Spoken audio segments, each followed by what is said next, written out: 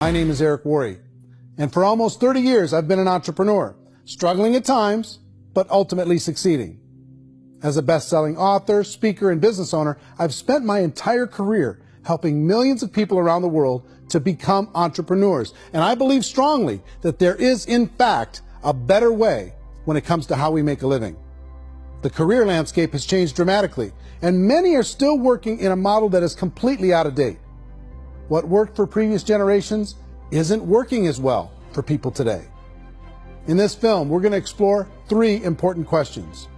First, what's really going on in our working world today? Second, in this new economy, is it better to become an entrepreneur, or is it safer to work for someone else? And third, if a person decides to become an entrepreneur and start their own business, how can they do it without taking on massive risk? To help in this journey, I've brought together some of the greatest experts and thought leaders in the field of entrepreneurship to share the real facts with you. My intention is to give you new information that will allow you to make choices that are not limited by an old, outdated model. Let's start by understanding what's going on in our working world today.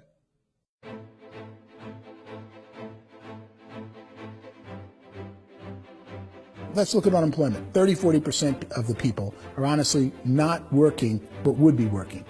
What our government does is if you haven't found a job in 6 months, we don't call you unemployed. We pretend you dropped out of the labor force. I've often said that unemployment, particularly structural unemployment, that's unemployment due to technological changes, is the first sign of economic growth.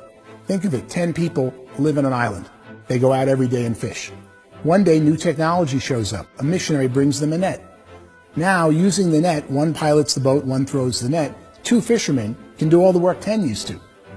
That's a 500% increase in productivity, 2 doing the work of 10, in one day. You don't have to learn a lot to learn how to throw a net instead of throw a fishing line.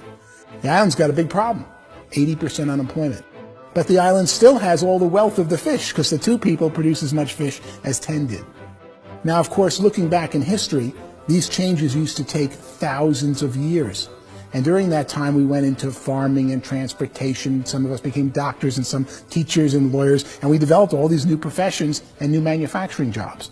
Today, these changes are occurring literally in one day when a new technological advance occurs, and we don't have the social structures to deal with it or to retrain the unemployed people. So one of the things that I think is interesting as I travel across the country and really travel around the world is the way that we work and the way we get paid for work is changing pretty dramatically. On a global basis, everything is being turned upside down because of the rapidly advancing technologies. They are eliminating many jobs, and we have been left with many people not prepared for the jobs that exist. A lot of demand in public companies was to squeeze out all the fat and to get just as much margin as we possibly could, and fat equals humans. So this idea of job security in information age is so obsolete, but it's still taught inside our school system, and that's where the problem starts. There's no financial education in school system, and people are still trained to be employees to work for that paycheck. This is a chart on the middle class. What's happening in the middle class, those who went to school, their incomes have been coming down for years. I feel sorry for the person who dreads going to work, who is sick to their stomach on Monday morning, who hates their alarm clock, who gets a little glimmer of hope on a Wednesday because it's hump day and says, thank God it's Friday. And they live for those 2 days a week where they get to be themselves and they don't have to be around people they don't like, and they don't have to play the political game in the office, and they don't have to live this half life. The person that works 50 weeks a year just to be able to have the 2 weeks for vacation. And you know what happens to most of them nowadays? They don't have a vacation. They have a staycation. They have time off of work, but they don't get to go where they want to go. I feel sorry for that group of people because there's a better way. They just don't know it. The basis for their life is worry. I'm worried you know, maybe I'll get fired. I'm worried maybe my company will go out of business. I'm worried I can't keep spinning the plates on paying the bills. I'm worried about how do I send my kids to college. I'm worried, what if the transmission of my car breaks? That's, you know, 2 or 3, I can't fix it. People live in a sea of worry, and it eats at them. It's time to look in the mirror and say, it's not the economy, it's my economy. It's my little world of where I am. I need to improve. I'm not going to wait for the economy to come back, because frankly, the economy is doing great in this country. The average household income in the United States is approximately $50,000 a year, what they call the middle class. To reach the top 25% of income earners, you need to earn at least $90,000 a year. To reach the top 10% would be a household income of $140,000, the top 5%, $190,000, and to be in the top 1%, you'd need a combined household income of at least $380,000 a year. So here's the question. What do you think would give you the best chance to move up and get to the top 10%, the top 5%, the top 1% or beyond? In my opinion, and in the opinion of many, many experts, the answer is to become an entrepreneur, to become your own boss. The spirit of the entrepreneur is to be a risk taker and to be resourceful and unstoppable, and to have a vision of yourself beyond where you are and not willing to settle for life as it is. Think about the great entrepreneurs. They're visionary. They have heart. They're willing to do today what others won't so they can do tomorrow what others can't. Personally, I don't think of the new economy, the old economy. I create my own economy. The entrepreneur's in control. I decide what the economy is going to be like. In the world of entrepreneurship, there are no limits. You can make as much as you want, depending on how much you want to work and how smart you are and how great a team you put together. There's no more lifetime rewarding business than being an entrepreneur. Why in America, where anyone could be anything, would people want to give up their freedom and become effectively a modern-day slave, told shut up and be here every morning at 7:30, leave at 5:30, and do what I tell you? And most people say, I'd love to be my own boss. 70% of Americans would love to be their own boss, according to recent polls. But they don't know how to get there. Because what are you going to do? One, you could buy an existing business. If somebody's selling an existing business, you have to ask why. Usually because it's probably hard. It's probably not making as much money as they hope. Two, they could buy a franchise. A little less risk, proven system, but it's expensive to be able to do that. Three, they could start something from scratch. And that's where a lot of people feel like, I don't have the chops to do it. I don't have the money. I don't have the product idea. I don't have the expertise. I don't have whatever it's going to take to be able to get there, and I can't risk my family to do it. So, fourth, they could become an investor. A lot of people in this town invest to try and figure out a way, but you got to be pretty smart with that game too, right? People that start their own business, they spend a lot of money, they spend a lot of time, a lot of effort to get things started. And the more you invest on the upfront, the harder you typically work at it.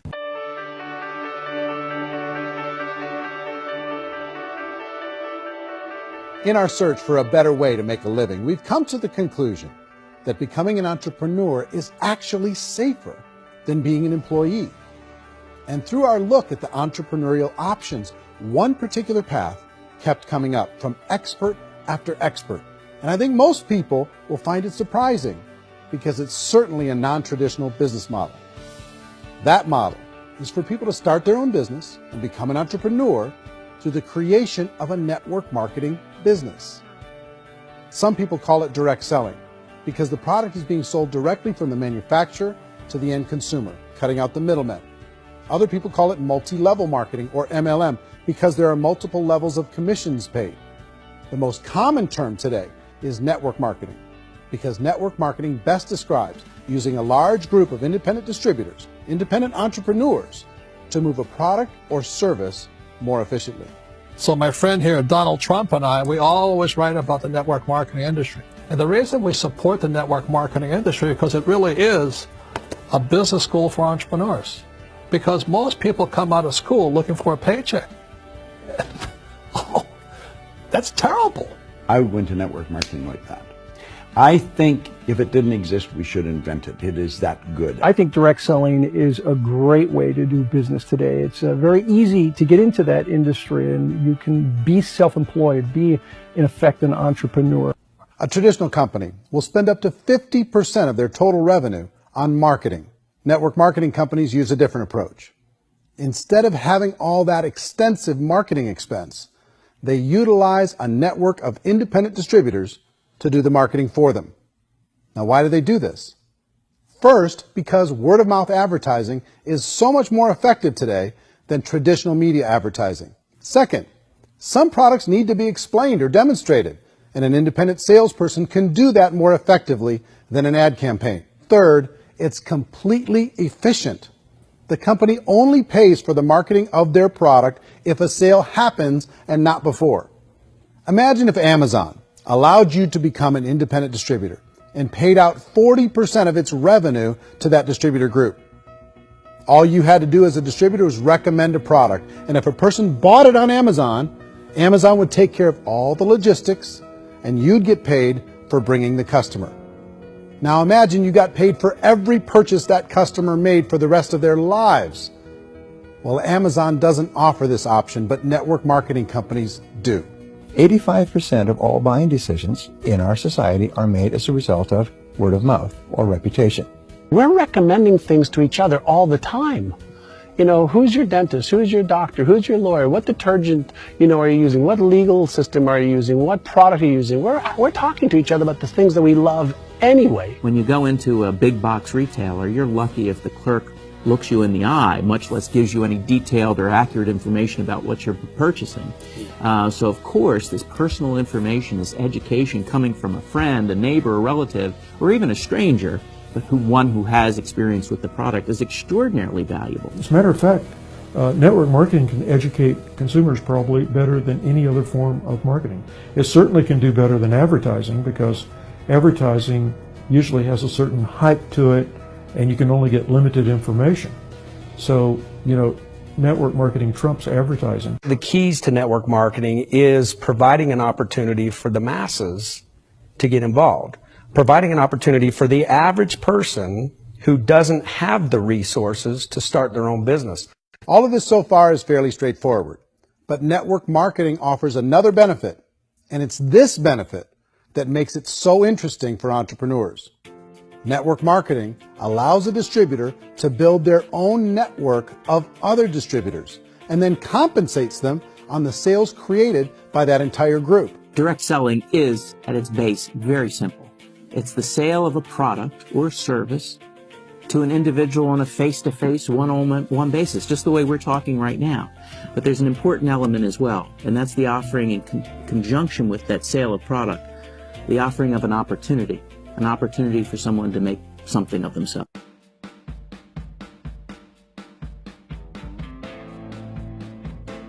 According to the Direct Selling Association, if you add up all the network marketing companies around the world, they combine to do over $178 billion a year in retail sales.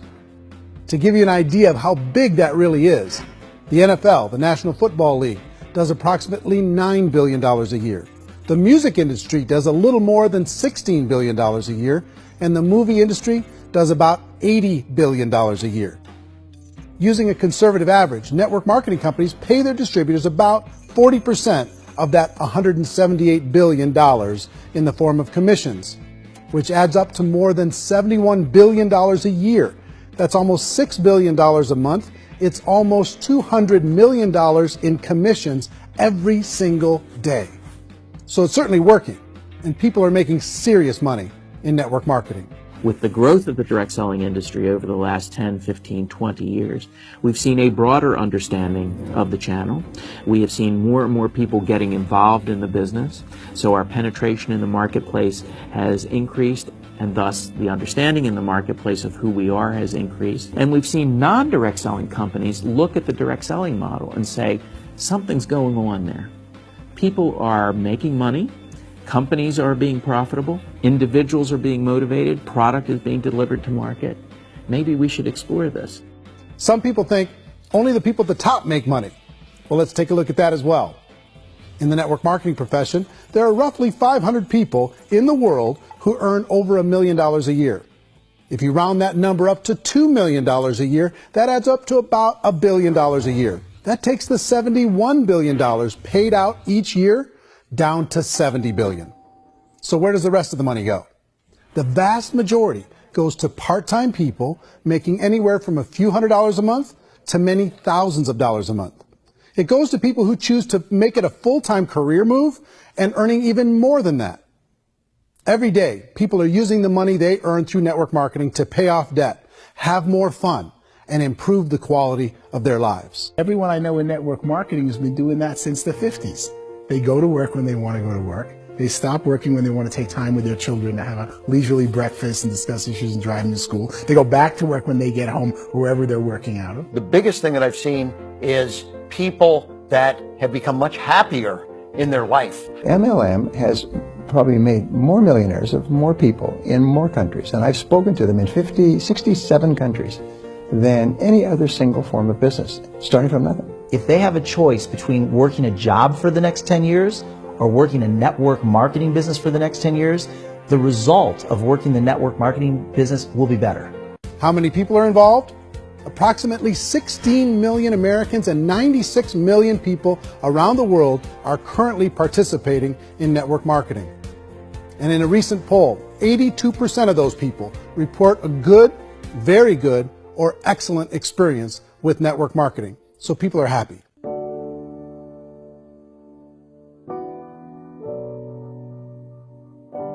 So I've taken a look at the network marketing profession and really tried to understand why so many people are confused as to the validity of this as a business. One is this pyramid shape. People get really messed up with this pyramid. Oh, it's one of those pyramid things. So I just think there are a lot of haters out there who really don't understand the industry and say, oh, it's a get-rich-quick scheme. It's a pyramid. Well, corporate America is a pyramid scheme. You know what I mean? It goes like this. You have thousands of MBAs, let's say working for Ford or General Motors or Coca-Cola. If all these MBAs are all trying to get to here, that's a pyramid. Only one guy's going to make it. Every 10 years, one's going to make it. Whereas you look at network marketing, it's like this. So you're here, and your job is to develop other CEOs coming up behind you. So it's an inverse pyramid. It doesn't matter what shape the company is or the compensation plan is shaped, whether it's a circle or a pyramid or a triangle or a trapezoid, it doesn't matter. If compensation is coming primarily from recruitment, then you've got a problem.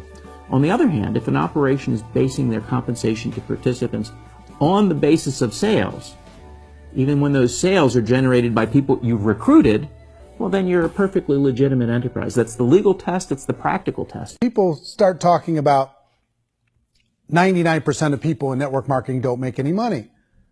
Well, we've talked about that over the course of this journey together. Almost $200 million a day is being paid out to network marketing distributors around the world. The naysayers, the people who say that it doesn't work, are usually the ones who just don't know how to make it work for themselves. And so they're giving you an opinion, and I tell people, don't confuse people's opinions with expertise, because opinions are free. And don't confuse sincerity with the truth, because people could be sincerely wrong. But here's the reality inside of network marketing. The vast majority of people that get involved in network marketing just become customers, and they get involved to be able to purchase product at a lower price. If you take Costco as an example, if a person goes into Costco and gets a membership to Costco so they can get a lower price on the product, we don't call that person a loser because they have a bunch of product that they walked out with a smile on their face. Yet when some people want to take a look at network marketing, they say, well, those people, they're just using the product and they aren't earning an income, so they must be a loser. They're not a loser, they're a happy customer. That's the vast majority of people that are involved in network marketing. Now, a smaller percentage of those people decide to go build a business. They earn $300 a month, $500 a month, $1,000, $2,000. That's the bulk of earnings in network marketing. And then there's the few that really decide to take it serious, really decide to build a large network, really work to make that network very, very productive. And those people make huge amounts of money, and there's no cap.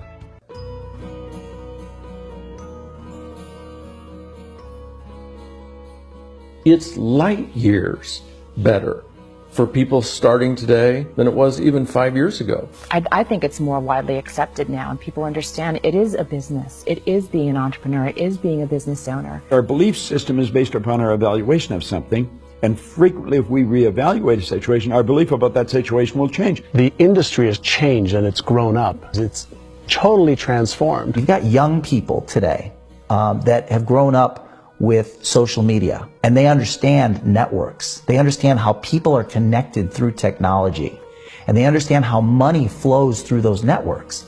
So when they see network marketing, they don't see it the way their parents saw it. It's like when they design a computer program, they design the program, then they run it, and then they go back through and they debug it. The MLM industry has been debugged. This is the day of being virtual, being able to run a business from your mobile phone. I mean, it's incredible. Companies are getting smarter. They're implementing more consumer protections. They're implementing more compliance training. They're doing more with respect to product research. If you do get involved and you make purchases of inventory, even on a voluntary basis, if you decide that this business is not for you, you can leave and have that inventory repurchased by the company. There's no other business that offers that kind of protection on a voluntary, self-regulatory basis.